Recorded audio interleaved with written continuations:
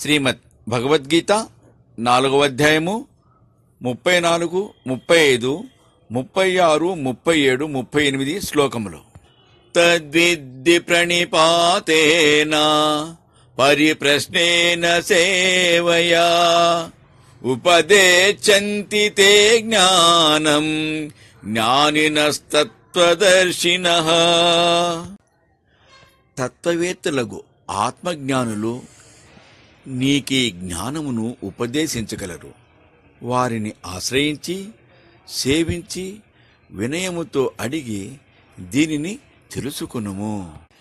యజ్ఞాత్వా న పునర్మోహం ఏవం యాస్యసి పాండవ ఏన భూతాన్యశేషేణ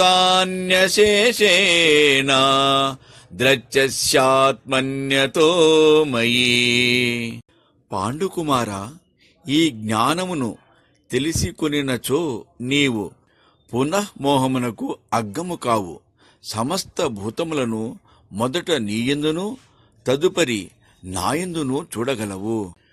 అపి చేదసి పాపేభ్యః సర్వేభ్యః పాపకృతమః సర్వం జ్ఞానప్లవేనైవ వృజినం సంతరిష్యసి. పాపులందరిలోనూ కట్ట కళగొట్టు పాపి అవుదువుగాక.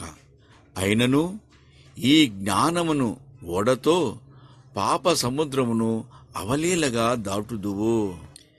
యతైదాంసి సమిద్దోగ్నిః భస్మసాత్ కురుతేర్జున జ్ఞానాగ్ని సర్వకర్మాణి భస్మసాత్ కురుతే తథా.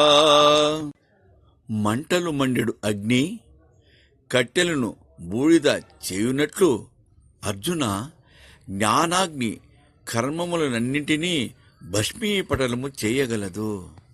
నహి జ్ఞానేన సదృశం పవిత్రమిహ విద్యతే తత్స్వయం యోగ సంసిద్ధః కాలేనాత్మని విందతి.